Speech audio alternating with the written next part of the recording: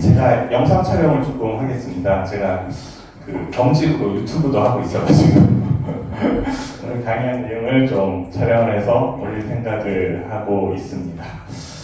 네, 일단 저는 소개받은 정신과 전문의 이일준이라고 하고요. 개인적으로 뇌과학이랑 진화심리학에 관심이 많아서 그쪽 공부를 개인적으로 많이 하고 있고, 최근에 이제 액티브 인퍼런스 시어리라는 그 이론을 접하고 설렘 속에서 살고 있습니다.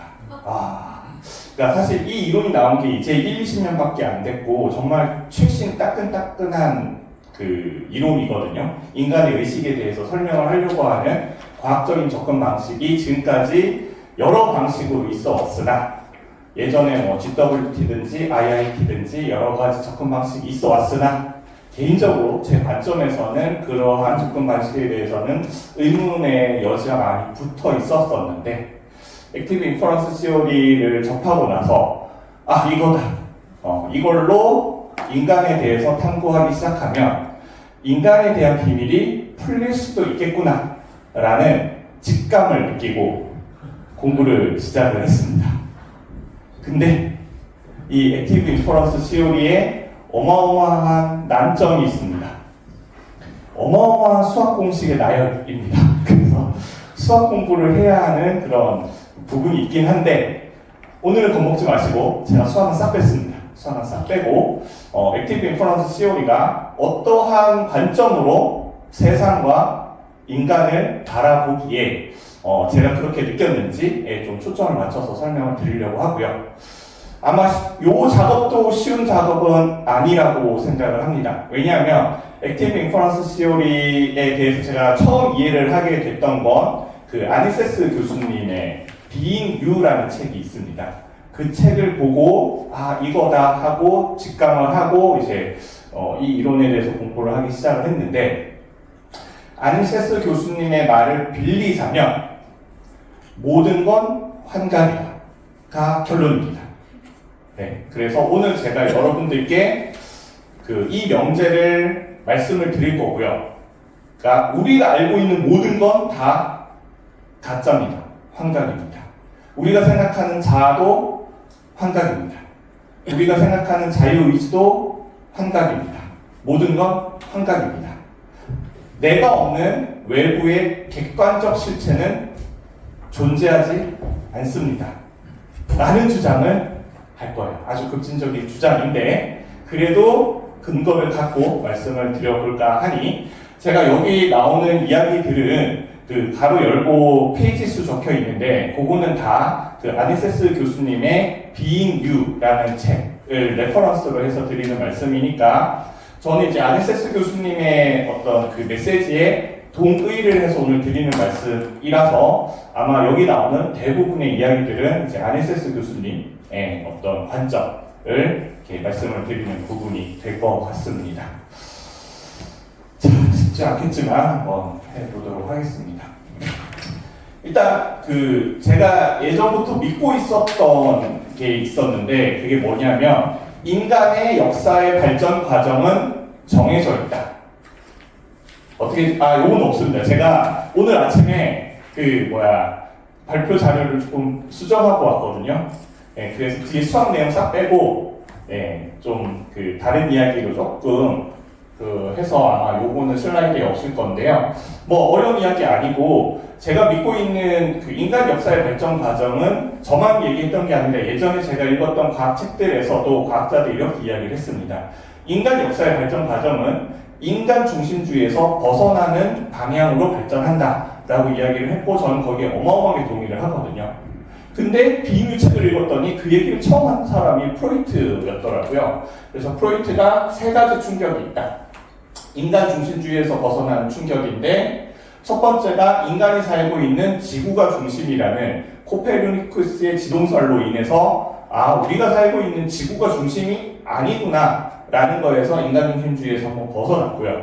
그래도 인간은 다른 동물과 구별된 특별한 존재야 라는 이 말도 안 되는 인간 중심적인 사고가 이제 다윈의 진화론으로 깨지고 있는 중인 것 같습니다. 왜냐하면 아직도 받아들이지 못하는 사람이 존재하고 있는 것 같고요.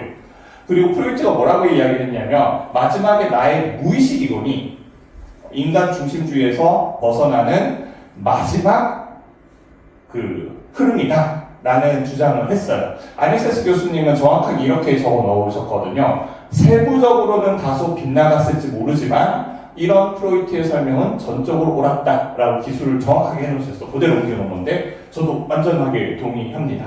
뭐냐면 인간은 우리가 생각하는 뭐 의식, 뭐 자아, 뭔가 특별한 동물한테는 없을 것 같아. 인간은 나니까 뭔가 자유의지, 의식 뭐 이런 게 존재하겠지 라고 우리가 그렇게 생각을 하고 살고 있어요. 근데 그건 아니다 라는 이야기들이 이제 최근 뇌과학에서 많이 이야기를 하고 있고 관련된 이야기를 드려볼까 합니다. 그래서 저는 이 문장도 너무 좋았는데 그 아니세스 교수님이 이렇게 적어 놓으셨더라고요. 자신을 새롭게 이해하면 이러한 관점으로 새롭게 이해하면 우리가 자연에서 멀어진 존재가 아니라 자연의 일부라고 보는 새로운 능력과 경이로운 감각을 얻게 될 것이다 라고 기술을 해 놓으셨는데 제가 딱 이 감정입니다. 제가 뇌과학이랑 진화 심리학에 대해서 관심을 가지게 된 이유가 이 경이로운 느낌을 받았거든요. 인간이 뭔가 특별한 존재가 아니었구나, 그냥 자연의 일부였을 뿐이었구나를 받아들이면서 저는 좀 새로운, 제 개인적으로 좀 새로운 경험이 열리게 돼서 그걸 여러분들과 한번 공유를 한번 해보고자 합니다. 자, 의식 정말 중요합니다. 그쵸? 저 이 표현도 너무 좋았는데 의식의 끝이 온다고 겁먹을 건 아무것도 없다? 정말 아무것도 없다. 그쵸? 의식이 끝나면 아무것도 없어지기 때문에 인간을 설명을 하는 데 있어서 이 의식이라는 걸 설명을 하지 않고서는 인간을 설명하기는 어렵다고 생각을 합니다. 그래서 의식에 대한 이 주제는 너무 중요하다. 그래서 과학적으로 접근을 해야 된다. 그 방법이 액티브 인퍼런스 시어리다 라는 이야기를 좀 드려볼까 합니다. 그냥 넘어가도록 하겠습니다. 제가 아까 잠시 IIT랑 GWT에 대해서 별로 이렇게 이건 아닌 것 같은데 라고 느꼈던 지점 중에 하나가 사실 저는 이거였거든요. 기존 이론은 시간이랑 진화에 대한 개념을 빼고 인간에 대해서 접근을 하려고 하고 설명을 하려고 했던 것 같은데 액티브 인퍼런스 시어리는 시간과 진화에 대한 개념이 들어가고요. 저는 시간과 진화라는 개념을 빼고 인간을 설명을 하는 건 팥없는 찐빵이라고 생각을 하기 때문에 제가 액티브 인퍼런스 시어리에 대해서 관심을 갖고 어떻게 보면 이제 동화하게 된 건 이 시간과 진화에 대한 고려라는 초점이 있다라고 생각을 합니다. 여기 철학 베이스의 교수님들이 많으니까 데이비드 차머스의 의식의 어려운 문제부터 이야기를 한번 해볼까 합니다.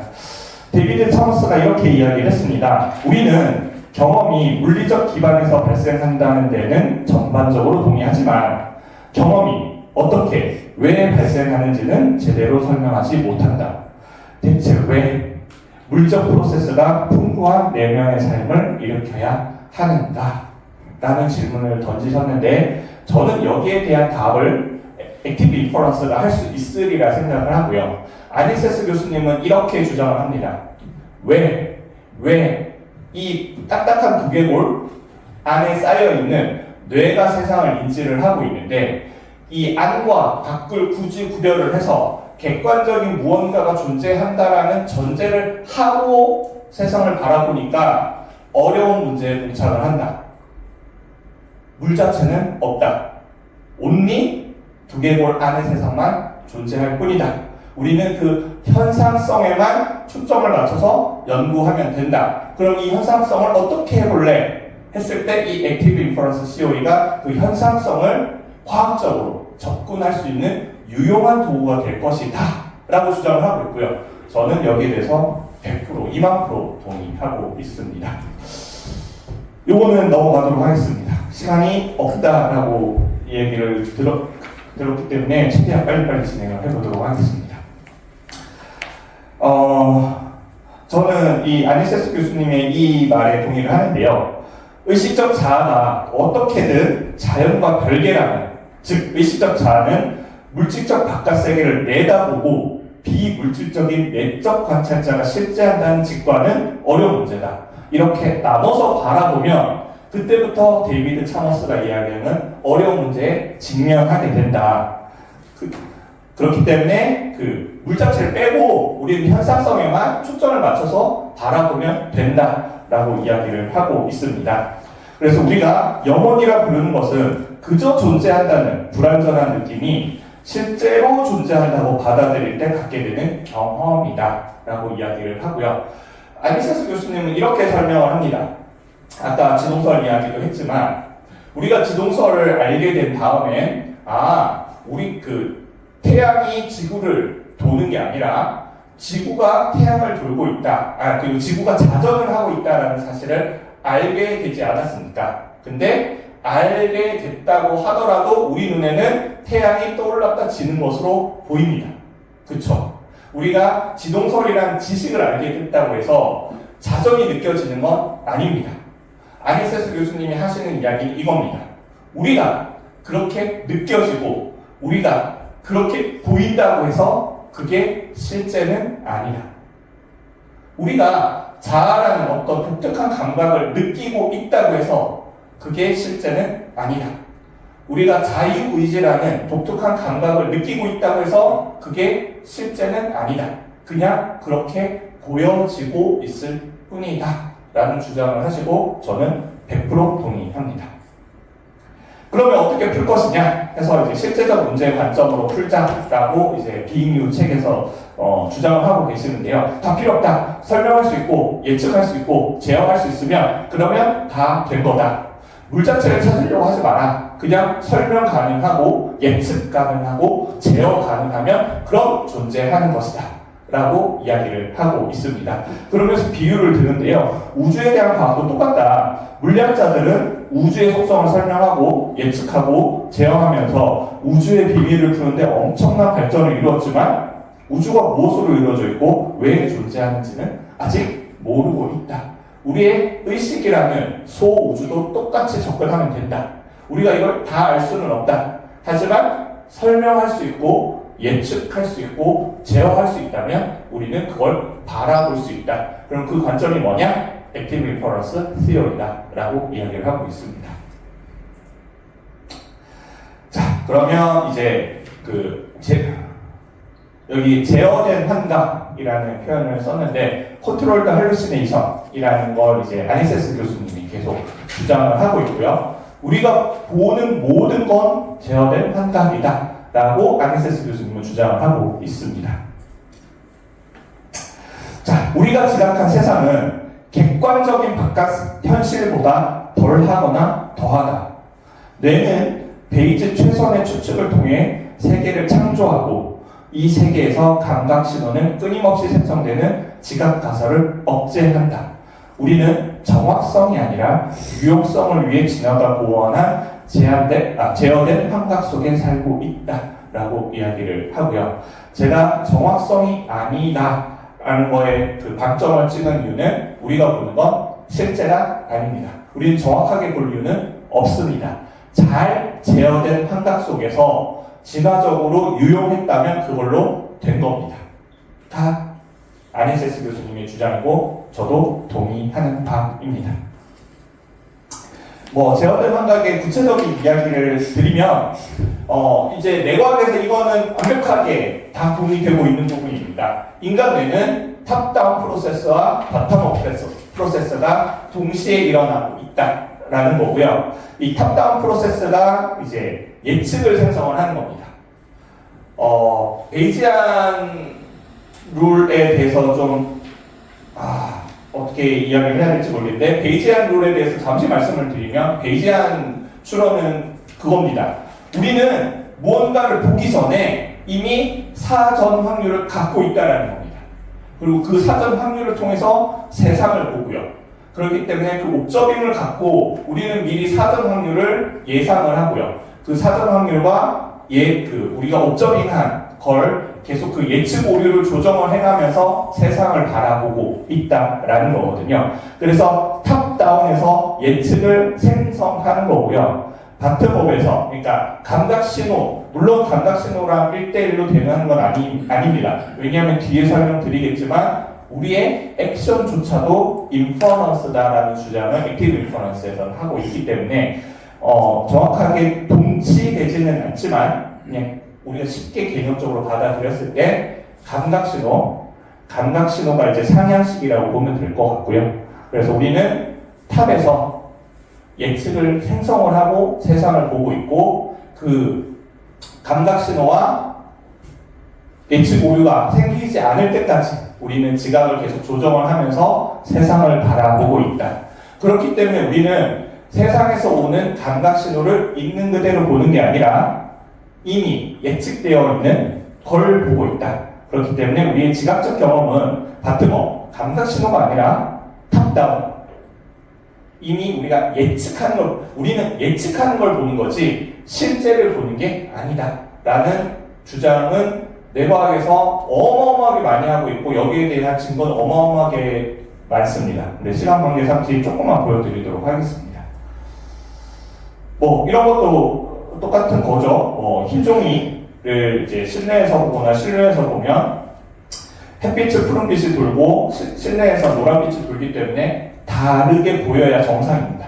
감각 신호를 있는 그대로 받아들인다면 우리는 다르게 봐야 정상입니다. 근데 우리는 예측하는 걸 보기 때문에 바깥에서 푸른빛이 도는 흰 종이를 봐도 하얗게 해석을 하고 실내에서 노란빛이 도는 흰 종이를 봐도 그래도 하얗게 해석을 한다는 겁니다.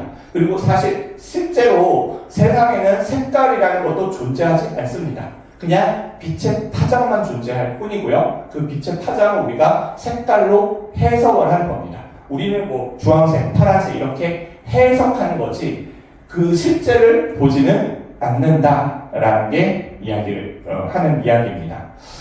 뇌 속에서 빨강이 있다고 감각할 수 있는 유일한 이유는 이곳에 지각적 경험에 기반이 되는 메커니즘이 있기 때문이다. 결국은 우리는 세상에 있는 빨간색을 보는 게 아닙니다. 우리 뇌 속에 빨강과 관련된 메커니즘을 보는 겁니다. 그래서 계속 그 주장을 하는 겁니다. 물 자체는 빼자. 자꾸 물 자체랑 이 현상성이랑 매치를 시키려고 하니까 어려운 문제에 봉착한다. 아니, 우리 뇌는 딱딱한 두개골에 둘러싸여져 있기 때문에 우리는 죽었다 깨어나도 물 자체는 알 수가 없다. 우리는 우리 뇌 속에 있는 현상성만 이해하면 된다라는 주장입니다.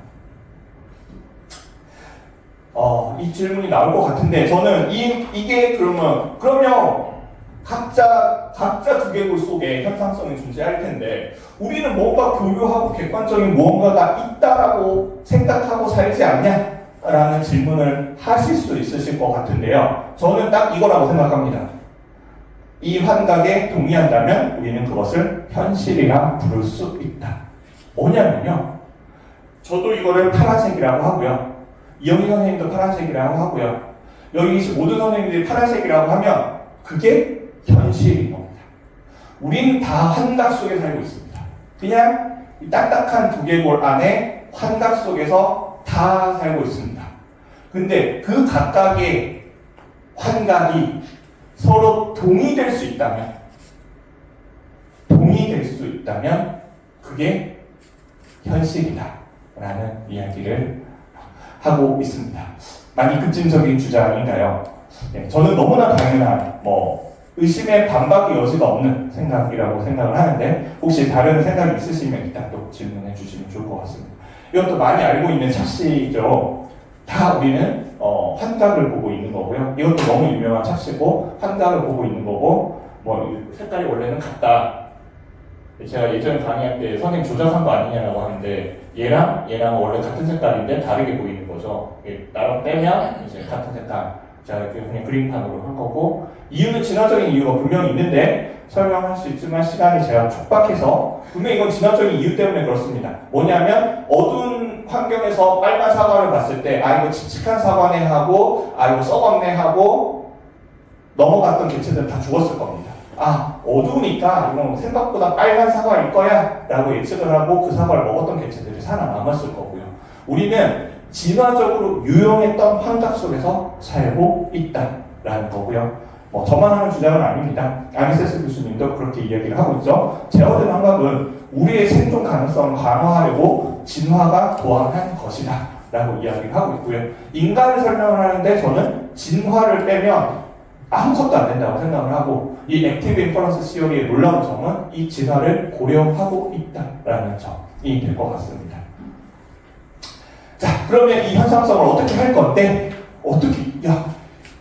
차고서도 그랬잖아. 이 두개골 안에 뭐가 일어나는지 알 수 있는 방법이 없는데 그거 어떻게 할 건데? 라고 이야기를 하는데, 아니세스는 아니다, 가능하다 라고 이야기를 하는 게 뭐냐면, 우리가 이런 현상성에 대한 이론을 세우고 그거를 컴퓨터로 적용을 해서 해볼 수 있다라고 이야기를 하고 계시고, 그래서 실제로 아니세스 교수님이 할루시네이션 머신이라는 환각 기계라는 걸 만들어가지고 실제로 구현해보고 그렇게 했습니다.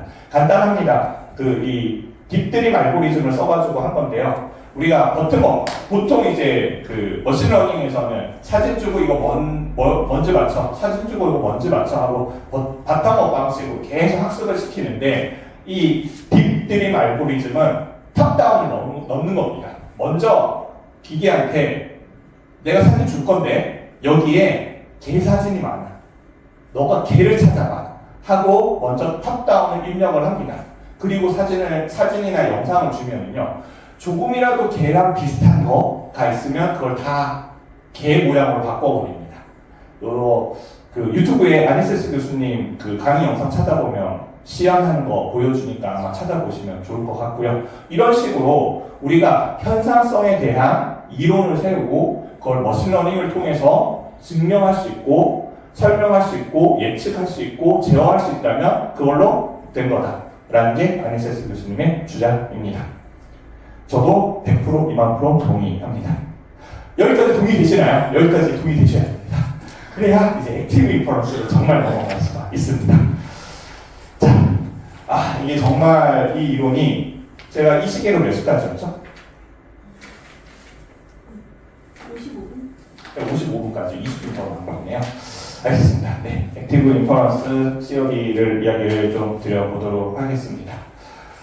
진짜 제가 이 이론을 접하고 정말 그냥 이 세 글자로 표현할 수 있을 것 같습니다. 놀라움, 진짜 그냥 놀라움 그 자체입니다. 왜냐하면 공부하다 보면요, 어느 순간 물리로 빠져 있고요, 공부하다 보면 어느 순간 화학으로 빠져 있고요. 그냥 이 이론은 그냥 이 세계의 존재 자체를 설명하는 이론이구나 라는 생각이 들 수밖에 없을 만큼 정말 어마어마한 세계고요. 아마 여기 빠지시면 아마 헤어나오지 못할 거라고 생각을 하지만 공감 못하시겠죠. 네.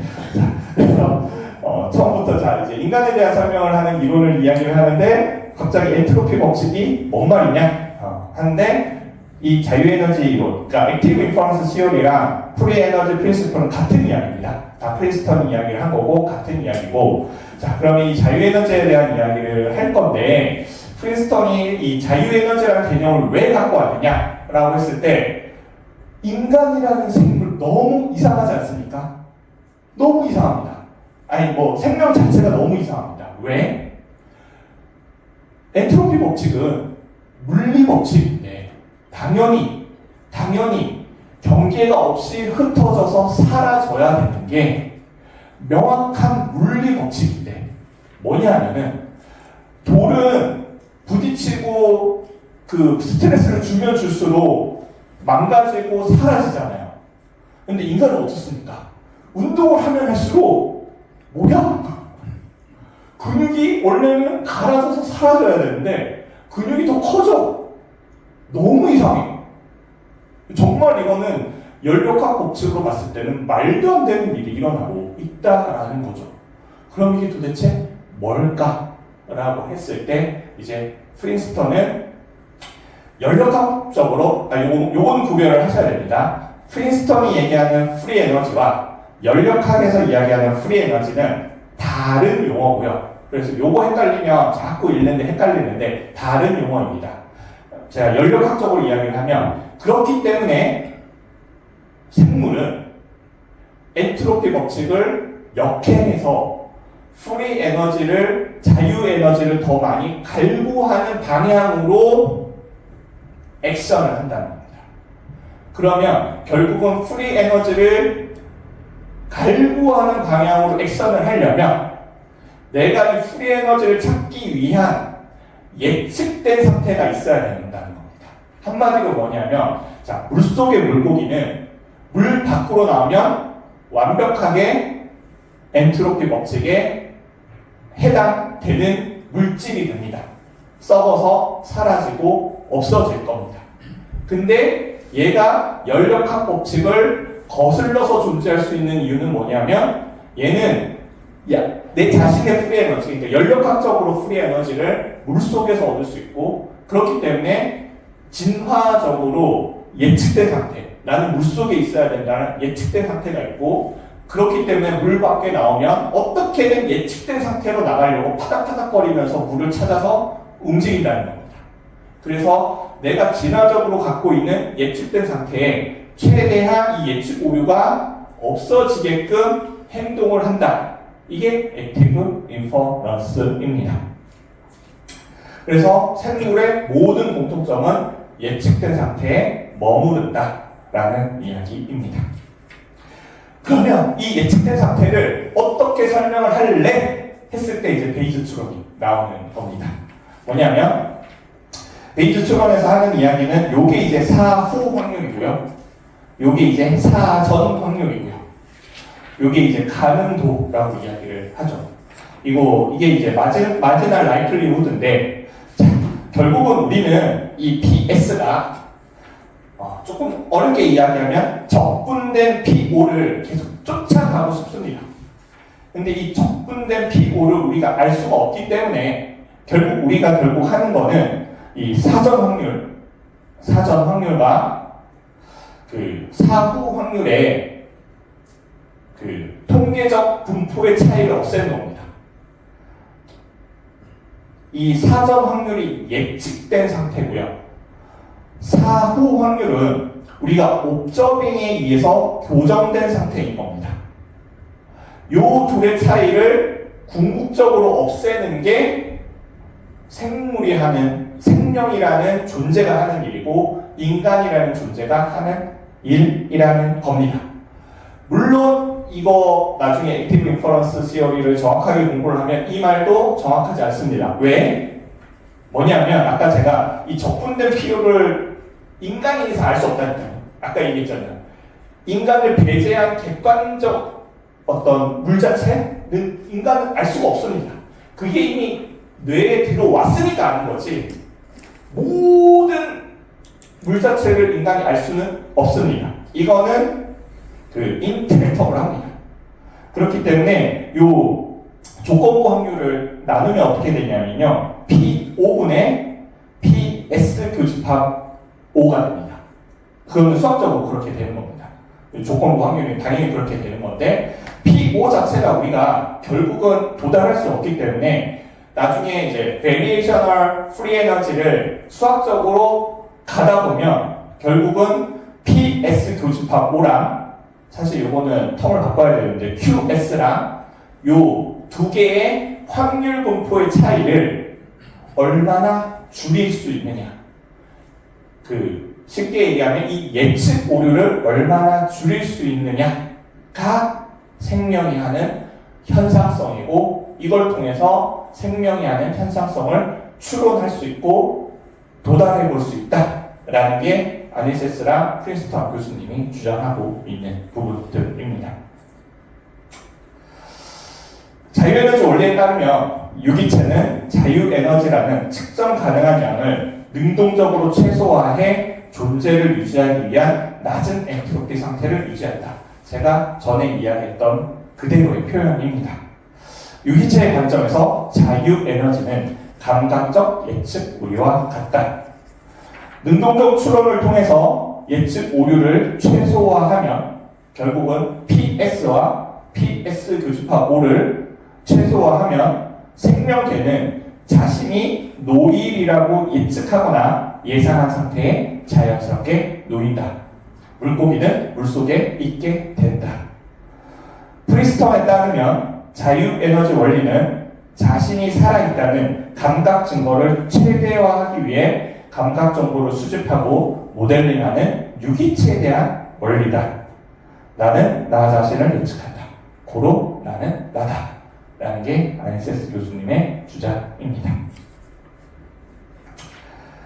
자, 오케이. 여기까지는 그래도 받아들일 수 있을 것 같습니다. 우리는 세상에서 올라오는 감각 정보와 내가 예측한 세계의 그 예측 오류를 최소화하는 방향으로 생명이라는 유기체가 작동을 한다. 여기까지는 사실 어렵지 않습니다.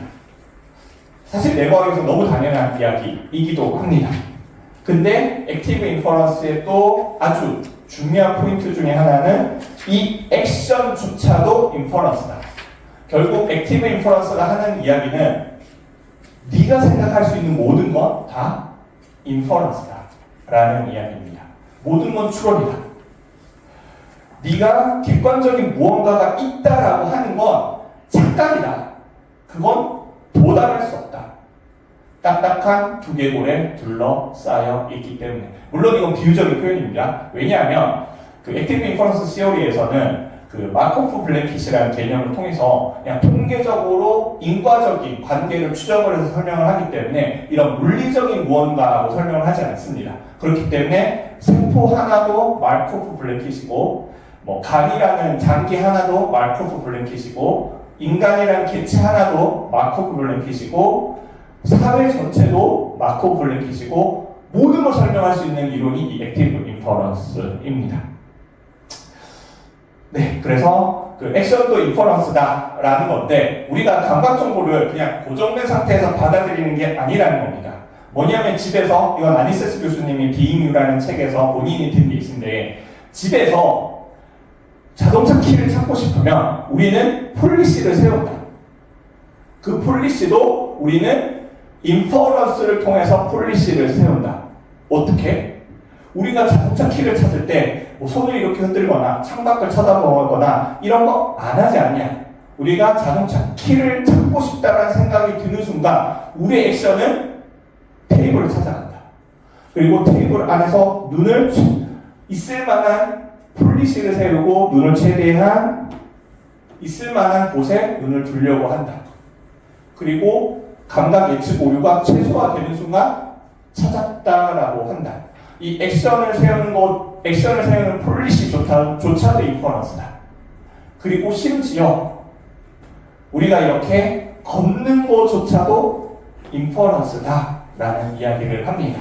그렇기 때문에 아까 이야기한 베이지안 룰에서 사전 확률과 사후 확률의 확률 분포의 그 좀 어려운 얘기로 하면 KL 다이버전스만 추적할 수 있으면 이 모든 현상성을 다 설명할 수 있다라는 거대한 원대한 이론입니다. 그러면 액션 자체가 왜 인퍼런스냐라고 물어보실 수 있으실 것 같은데요. 이렇게 한번 예시를 들어보겠습니다. 이거는 비잉유라는 책에 나온 게 아니라 예전에 제가 다른 과학 책에서 본 예시인데 우리가 계단을 내려갈 때 다 20cm 정도로 설정이 되어 있는데 한 51번째쯤에 30cm로 변경해서 일부러 설정을 해놨다고 하자. 그러면 우리는 내려갈 때 어떻게 하죠? 막 가다가 갑자기 51번째 계단에서 삐끗합니다. 왜? 우리는 그냥 쭉 보고 이 정도면 되겠구나 하고 이미 제가 읽은 책은 픽스드 액션 패턴이라고 이야기를 했습니다. 픽스드 액션 패턴이 이미 우리 몸에는 내재되어 있다. 자극을 보고 그냥 픽스드 액션 패턴을 내놓으면서 우리는 이미 추론된 결과물을 내놓으면서 걷는다. 그렇기 때문에 빠르게 걸을 수 있는 거다. 지금 물론 AI는 다르지만 예전 로봇 움직임은 어마어마하게 느렸잖아요. 그 이유는 하나거든요. 보고 계산하고 했기 때문에 느렸던 거고 인간은 그렇지 않다. 이미 추론된 픽스드 액션 패턴이 있다. 그렇기 때문에 51번째에서 30cm로 변경해서 설정을 해놓으면 우리는 삐끗한다. 삐끗의 의미가 뭐지? 예측했다는 거다. 그리고 그건 예측 오류가 생겼으니 그걸 조정을 해서 다시 발을 내딛는 거다라는 거고요. 결국 액티브 인퍼런스에서 하고자 하는 얘기는 그겁니다. 너네들이 뭘 얘기를 해도 다 인퍼런스다. 그렇기 때문에 나중에 오늘 얘기 못합니다. 그건 진짜 수학으로 어마어마하게 복잡해서 variational free energy 그리고 expected free energy 이 계산을 통해서 이거를 충분히 도달 가능하다라는 이야기를 하고 있습니다. 제가 한 얘기가 저만의 이야기는 분명히 아니고요. 행동과 지각은 모두 지각적 예측과 감각 예측 오류 사이에 섬세한 안무에 기반한 게이지 최선의 추측 프로세스를 따른다라고 아니세스 교수님도 이야기를 하고 있습니다.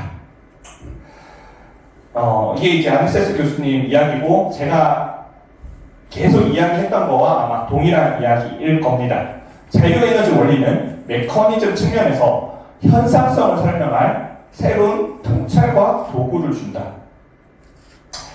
하향식 예측, 탑다운은 바로 우리가 지각하는 것이다.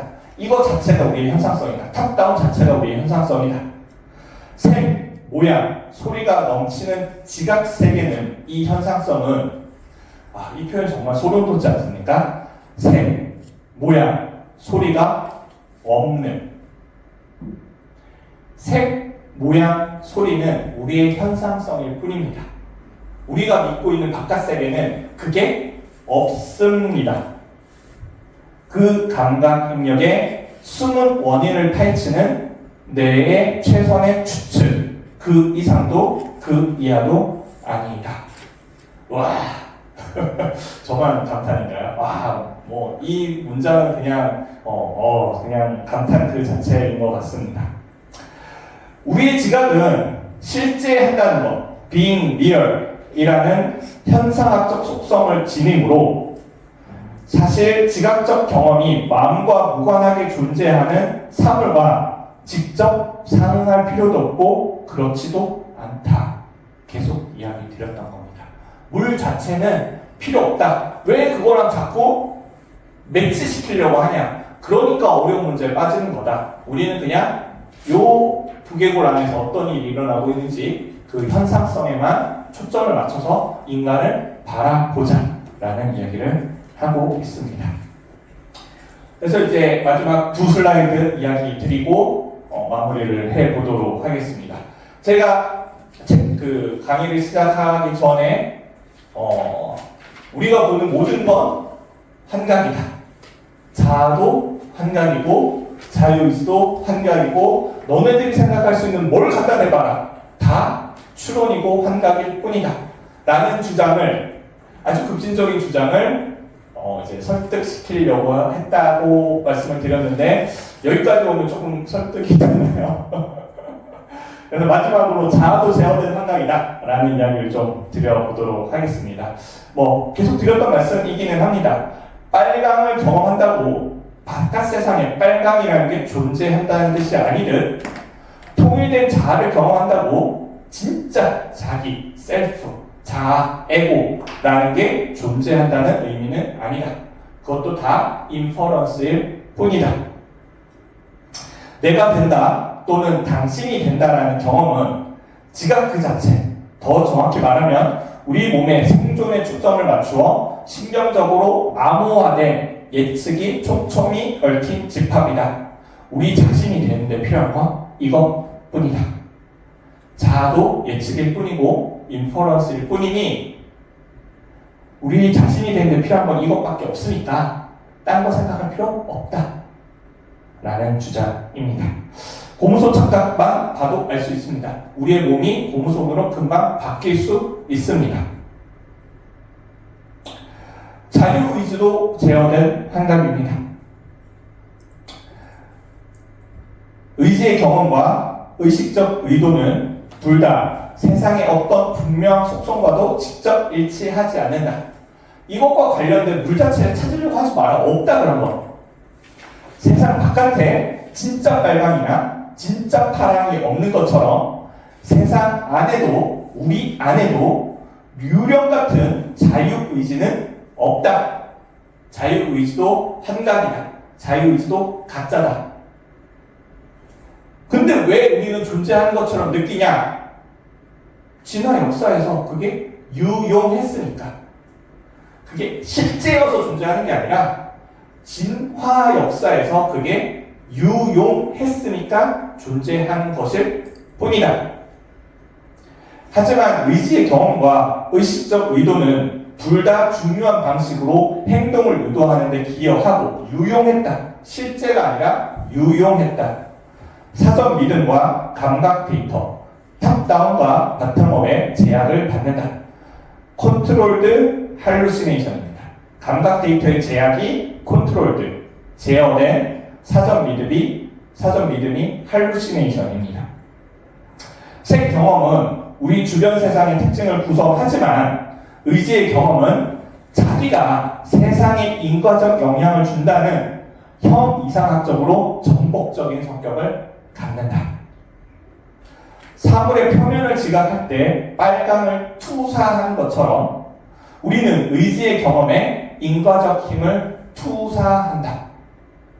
결국은 우리는 세상에 어떤 코잘리티가 존재하는지 알 수 없지만 늘 그 코잘리티를 예측하고 그걸 어떻게 액션을 통해서 인퍼런스를 해보면서 결국은 그 세상에다가 우리의 의지의 경험을 인과적 힘으로 투사를 한 게 실제로 존재한 게 아니라 그런 인과적 힘을 투사를 한 게 우리들이 생각하는 자유의지다. 의지의 경험은 실제일 뿐만 아니라 생존에 필수적이다. 이런 경험이 없다면 우리는 살아가면서 복잡한 환경을 헤쳐나갈 수도 이전에 자발적인 행동에서 배워 다음에 더 잘할 수도 없을 것이다.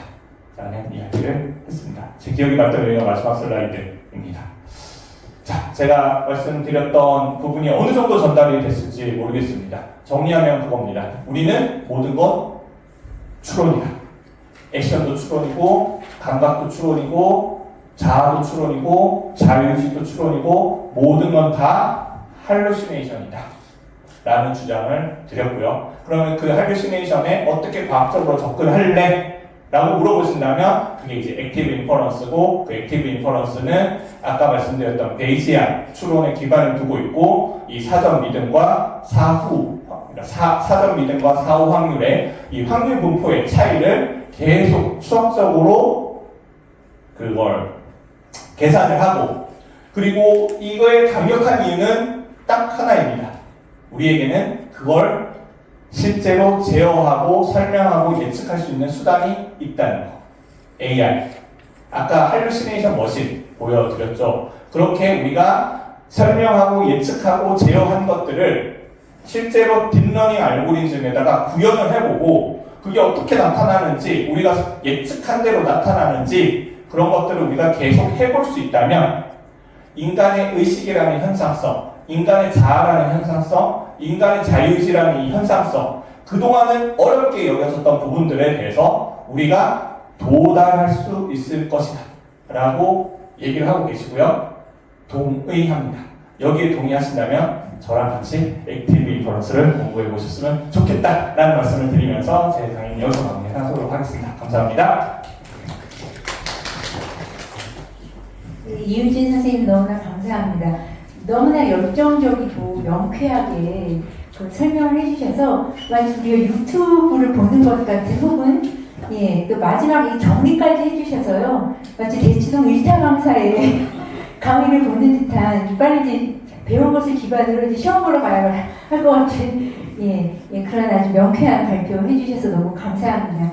그 논평을 준비해 주셨어요. 우리 서울대학교 인문학연구원의 선임연구원으로 계신 장영지 선생님께서 논평을 준비해 주셨는데요. 그 논평문 선생님께 전달된 것이 바로 이 슬라이드여서 사실은 이 발표를 듣지 않은 채 슬라이드만 보고 이 논평을 준비하시기가 무척 힘드셨을 텐데 그래도 기꺼이 논평을 맡아주셔서 너무나 감사드리고요. 장영진 선생님의 논평 듣고 우리 발표자 선생님의 답을 듣는 것으로 계속 이어서 진행을 하도록 하겠습니다. 토론문을 읽어보겠습니다. 본 발표는 의식이라는 복잡한 주제를 다루고 있습니다. 제가 이 토론문을 쓸 때에는 이제 PPT 슬라이드만 보게 됐었는데요. 그래도 최대한 많은 자원을 이것저것 가동해서 발표 내용을 예측하고 추론해 보려고 노력했습니다. 하지만 그럼에도 불구하고 이것을 썼을 시점에서 그 내용을 정확하게 알지 못했습니다. 게다가 제가 추론한 내용은 아마 발표자 선생님 표현에 따르면 제어된 환각에 불과할지도 모르겠습니다. 그럼에도 의식에 대해서 혹은 의식을 논하는 이론에 대해서 더 알고 싶은 마음에 몇 가지 질문을 드리겠습니다. 제가 이해한 바 인간의 뇌는 감각 정보를 받아 이전의 경험과 지식을 기반으로 환경에 대한 가설을 세우고 이를 통해 우리가 경험하는 지각적 현실을 구성합니다. 특히 베이즈 추론 등등을 사용해서 세계를 창조하고 감각 신호는 지속해서 생성되는 지각 가설을 제안하고 있습니다. 그래서 발표에서 여러 번 강조된 것처럼 인간은 정확성이 아니라 유용성을 위해 제어된 환각 속에 살고 있다고 합니다. 환각이라는 단어가 풍기는 어떤 부정적인 느낌, 이것도 그냥 저의 추론된 느낌일 뿐이겠습니다만 그럼에도 불구하고 이 개념은 우리가 단순히 외부 세계를 수동적으로 반영하는 것이 아니라 능동적인 예측과 해석으로 세계와 상호작용하고 세계를 만난다고 이해해 볼 수 있을 것 같습니다. 아울러 이러한 생각은 불확실한 세계에서 의사결정을 하는데 유용할 것으로 기대됩니다. 다만 주어진 데이터와 사전 지식을 통합해서 가설을 업데이트하는 베이즈 추론에서 인간이 가진 사전 지식 또한 정확하다고 말하기 어려울 것 같습니다. 이를 가정해보면 추론을 거듭하면 거듭할수록 보다 그 오류를 줄이는 확률을 도출할 수 있을지 저는 의문을 품게 됩니다. 이것은 제가 베이즈 추론을 전혀 몰라서 하는 어떤 초보적인 질문일 수도 있겠습니다. 또한 이런 개념에 동의할 때 환각을 현실이라고 부를 수 있다는 설명 또는 인용에 대해서 좀 추가 설명을 듣고 싶습니다. 인간이 환각과 현실을 구분할 수가 없다면 또는 구분할 필요가 없다는 주장에 동의한다면 우리는 어떤 이점을 얻을 수가 있을까요?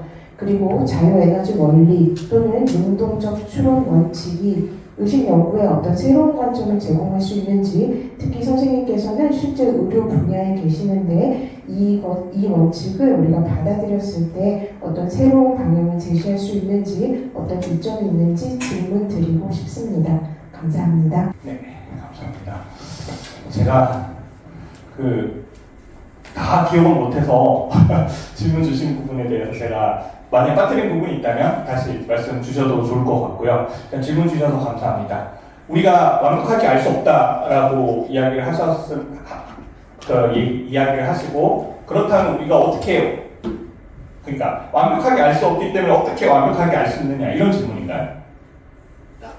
어떤 네. 우리가 정확성에 도달할 수가 없다는 건 확실한 거잖아요. 네, 맞습니다. 그럼 이제 어쨌든 그 복잡한 그 계산식에 뭔가를 넣었을 때 오류가 있는 데이터들을 넣으면 넣을수록 그게 어떻게 오류를 줄이는 값으로 나아갈 수가 있는지, 어쨌든 제가 가지고 있는 사후 추론도 사전 예측도 오류를 포함할 수밖에 없잖아요. 저에게는 그것이 환각이자 현실이니까. 그럼 이제 그 정보들을 넣었을 때 이게 오류를 줄이는 숫자를 만들어낼 수 있는지 좀 그게 궁금하더라고요. 왜냐면 여기 뭐 분모에도 분자에도 뭔가 잘못된 값이 들어갈 수 있잖아요. 네. 네, 그게 베이즈 추론을 제가 좀 살펴보면서 갖게 되는 의문이고요.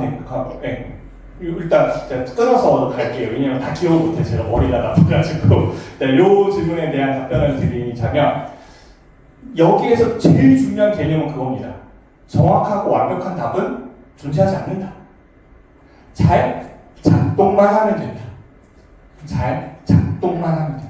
라는 거고요. 말씀하셨듯이 우리가 사전 확률로 정확하게 모든 걸 알고 있지 않습니다. 그냥 진화적으로 잘 작동된 사전 확률을 우리가 탑재하고 있는 거고요. 그거와 지금 우리가 보고 있는 옵저빙과 그 두 개의 비교가 맞으면 되는 겁니다. 그 두 개의 비교가 맞으면 되는 겁니다. 사전 확률의 확률과 사후 확률, 그러니까 옵저빙을 보고 난 P, S, 기분 O 이 두 개의 확률 분포에 차이가 없으면 됩니다. 더 정확하게 이야기를 하면요. P5가 주는 인과관계가 분명히 있을 겁니다. 우리는 알 수는 없지만 세상에는 코잘리티가 존재하는 것 같습니다. 그런 것 같습니다. 왜? 뭔가 작동을 하니까. 뭔가 이 많은 사람들이 결국은 과학에서 밝혀낸 무언가 것들에 대해서 결국은 동의하게 되지 않습니까? 결국은. 그 이전에는 천동설이 맞다라는 사전 믿음을 갖고 있었는데 그 믿음이 너무 확고해서 그 종교재판에서 사람을 죽이기까지 했었는데 결국은 옵저빙이 계속 보여지니 그 사전 믿음을 업데이트하게 되지 않습니까? 이러한 역사, 그 많은 개체들이 합의를 이루어 오는 걸 보아하니 세상에는 코잘리티가 존재는 하는 것 같습니다. 결국은 그렇다면 이 P 오브 O, 그러니까 정확하게 얘기하면 P 오브 O와 P 오브 not O의 차이, 그리고 P 오브 S와 P 오브 not S의 차이, 이 두 개가 차이가 있다면 우리는 그 예측 오류를 감소시키기 위해서 액션을 하든 무언가를 하든 찾아 나서게 되고요. 익스플로레이션을 하게 됩니다. 탐험을 하게 됩니다. 이걸 어떻게 하면 줄일 수 있을까 하고 탐험을 하게 되는 거고요. 이게 설사 가짜여도 P 오브 O가 주는 인과관계야 내 머릿속에 있는 P 오브 S의 인과관계가 문제가 없다면 가짜여도 받아들입니다. 요 예시를 들어서 한번 설명을 드려볼게요. 제가 영상도 있는데 제가 아마 지난 체화인지학회에서 보여드렸던 실험이고 제가 이걸 질문을 던지면서 계속 이건 누구의 자유의지냐 이런 질문을 계속 던졌었는데 어떤 실험 사례냐면 A 그룹에다가는 평화로운 풍경을 보여주고요. B 그룹에다가는 슬픈 영화를 보여줍니다. 그러면 그리고 컵을 하나 들고 가가지고 A 그룹한테 이 컵 얼마 주고 살래? B 그룹한테 이 컵 얼마 주고 살래라고 한 게 이 실험에 다합니다. 근데 평화로운 풍경을 보고 난 A 그룹은 똑같은 컵인데도 불구하고 평균 2.5달러 주고 컵을 사겠다고 했습니다. 근데 슬픈 영화를 보고 난 B 그룹은 평균 10달러를 주고 컵을 사겠다라고 했습니다. 근데 이 실험이 재밌는 거는 과학자가 직접 이 B그룹한테 찾아가서 설명을 해줍니다. 당신은 이쪽 그룹에 비해서 4배나 많은 돈을 냈어요. 그 이유는요. 이쪽 슬픈 영화를 우리가 슬픈 영화를 보여줘서 당신이 슬픈 감정을 느꼈기 때문이에요. 슬픈 감정이 느껴지면 우리는 더 많은 걸 소비하거나 더 많은 걸 먹으려고 하거나 그런 공허한 감정을 채우려고 하는 그런 기제가 있어요 라고 설명을 해줬더니 이쪽 그룹 분들이 아 그렇군요? 아닙니다. 야 지금 네가 슬픈 영화 하나 보여줬다고 내가 4배나 많은 돈을 냈다고? 아니야. 이건 예뻐서 10달러야. 10달러의 가치가 있어서 10달러야. 야 네가 슬픈 영화 하나 보여줬다고 내가 4배나 내가 그럼 바보 같은 짓을 한다고? 아니야. 이건 예뻐서 10달러야 라고 이야기를 한다는 겁니다. 자, 한번 보죠.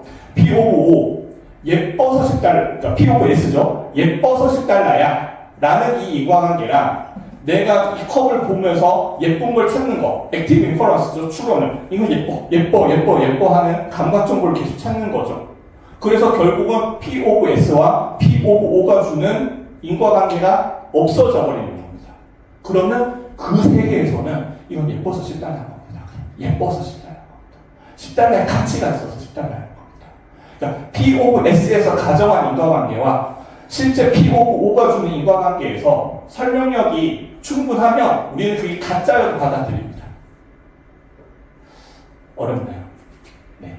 여튼 중요한 건 결국은 우리는 정답을 찾으려고 하는 게 아니다.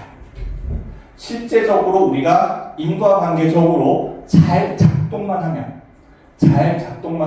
그걸 진짜라고 받아들입니다. 진짜가 아니어도 우리는 잘 작동만 하면 진짜라고 받아들입니다. 그렇기 때문에 정답을 찾고자 하는 게 아니다. 사전 확률과 사후 확률의 분포의 차이를 통해서 이게 그냥 가짜여도 일치시켜버리면 확정 편의하고 그런 거죠.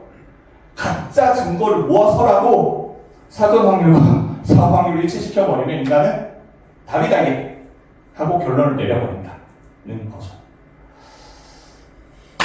예, 뭐 혹시 예, 이 저의 설명력에 부족한 부분이니까 혹시 더 질문을 추가로 주셔도 좋습니다.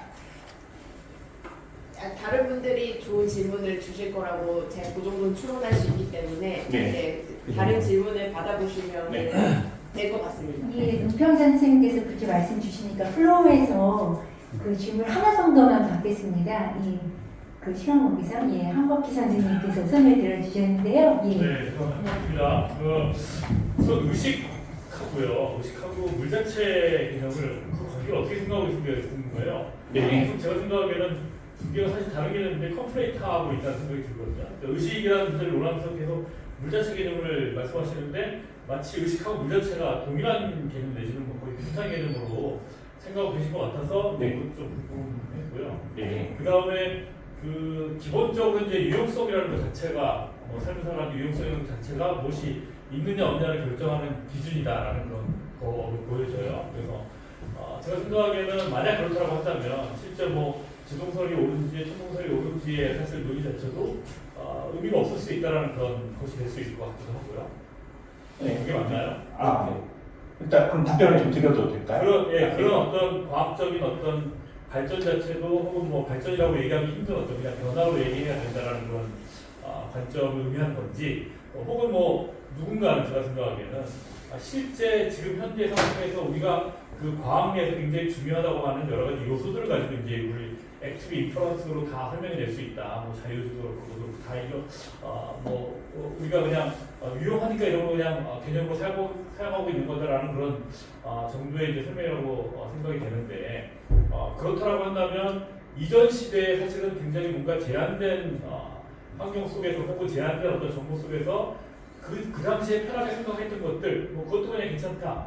과학적인 어떤 그런 사실로 그냥 여기로 살았다라는 것도 아무 문제 없다라는 그런 정도의 주장으로 저는 보여지거든요. 그것도 맞나요? 네. 그게 만약 윤리적인 삶이 한치가 들어가면 굉장히 좀 복잡해져요.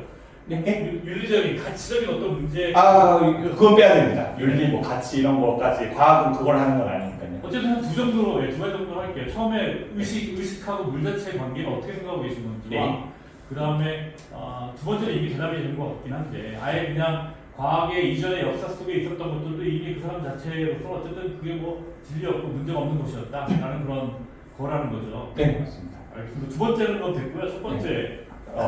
일단 이 부분은 일단 아마 이게 과학과 철학의 차이일 것 같습니다. 과학은 그 용어에 있어서 어마어마하게 엄밀하지는 않은 부분이 있어서 그리고 또 하나는 제가 철학적인 어떤 베이스가 전혀 없습니다. 저는 그 의사고 어떻게 보면 과학을 공부했고 그래서 제가 물 자체라는 표현을 어설프게 썼을 가능성이 상당히 높을 것 같고요. 제가 얘기하는 물 자체는 그냥 이 인간의 현상성을 배제한 객관적인 무언가.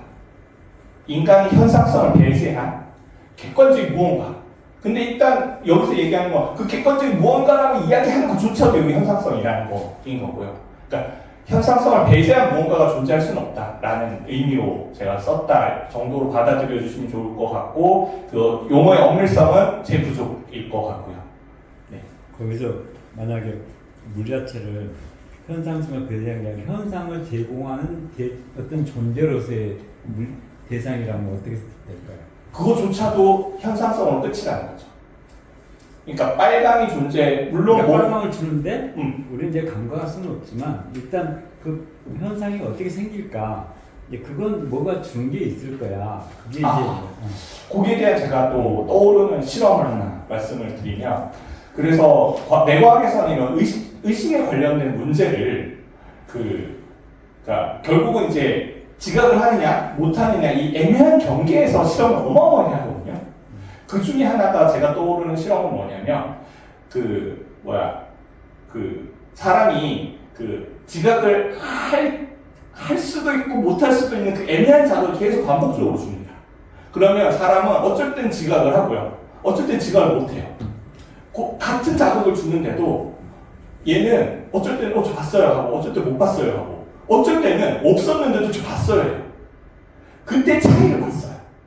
그 실험의 결과는 뭐였냐면 결국은 그러면 우리 V1의 활성도, 시각 피질의 활성도가 어떻게 차이가 있을까라고 했을 때 없는데도 불구하고 있다라고 생각을 했을 때의 활성도와 있는데도 불구하고 없다라고 했을 때의 활성도를 비교를 해봤더니 없는데도 불구하고 있다라고 생각했을 때의 활성도가 더 높았어요. 말씀하셨듯이 무언가가 있기는 있죠.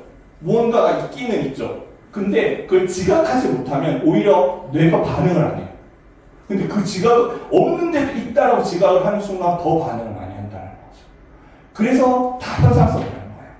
왜 뭔가 있겠죠. 왜냐하면 우리가 대화가 되고 뭔가 하니까 계속 있겠죠. 이것도 추론일 뿐입니다. 진짜 있을지는 모르죠. 왜?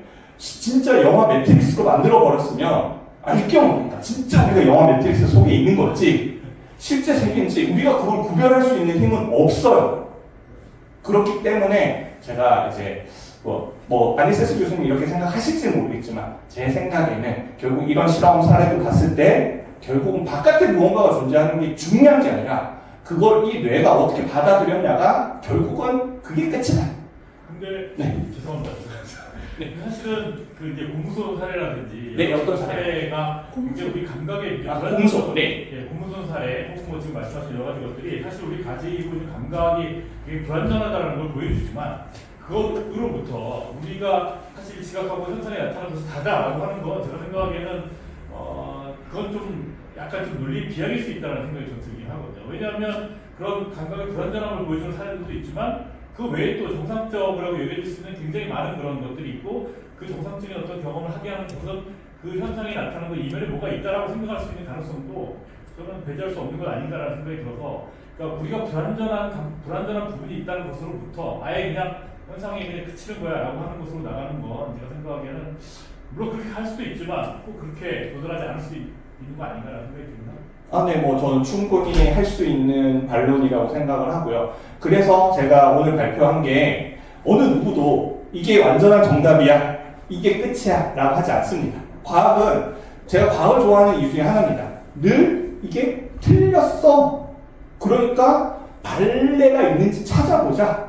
이 프레임으로 봤을 때 결국은 어디에 도달할 수 있는지 찾아보자. 이게 정답이 아니라니까 가보자가 이제 과학이 하는 태도여가지고 저는 이게 언젠가는 반론에 부딪히고 기각될 수 있다고 생각을 해요. 근데 제가 주장을 한 건 이겁니다. 지금까지 봤을 때는 결국 이 주장에 대해서 크게 발레를 보일 만한 게 없는 것 같고 이걸로 충분히 해볼 수 있을 것 같고 도달했을 때 아니어도 좋습니다.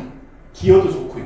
하지만 결론은 지금 최선의 추론 방식이 액티브 인퍼런스 시어리다 라고 저는 생각을 합니다. 답이 되나요? 아니 근데 한 가지 네. 그 선생님이 말씀하신 거기는 도달해도 좋다 아니어도 좋다 있을 수가 없을 것 같아요. 제가 생각하기에 네. 지금 말씀하신 그 주장이 함축하는 바는 뭐 도달해도 좋고 아니어도 좋고 그 문제를 말할 수가 없어요. 네, 맞아요. 그렇죠. 그러니까 그런 해보자 근데 나중에 아닐 수도 있다는 것도 사실 말할 수 없는 게 아닌가 그 입장이. 네, 그냥 결국은 우리는 미래에 살지 않으니까요. 지금 사니까요. 지금 최선이 무엇이냐. 그리고 이렇게 가설을 했을 때 P of S랑 P of O를 봤을 때, 그러니까 P of S라는 액티브 인퍼런스라는 P of S를 봤을 때, 로 세상을 봤을 때 이걸 기각할 만한 P of O가 뭔지를 찾아보자는 거죠. 그리고 만약에 그게 보이면 P of S를 수정을 하면 되는 거고요. 그럼 P of O가 보이지 않는다면 이 이론 괜찮네 하면서 가는 거고요. 저는 그게 과학이라고 생각합니다. 네, 답변 되셨는지 모르겠습니다. 네. 제가 강제로 마이크를 빼는 느낌이 있는데 예, 선생님 너무 감사합니다. 예, 좋은 발표 감사드리고 또 우리 노평재 선생님 또 그 질문해 주신 선생님께 진심으로 감사드립니다. 시간 관계상 아쉽지만 두 번째 발표 세션도 여기서 마쳐야 할 것 같고요.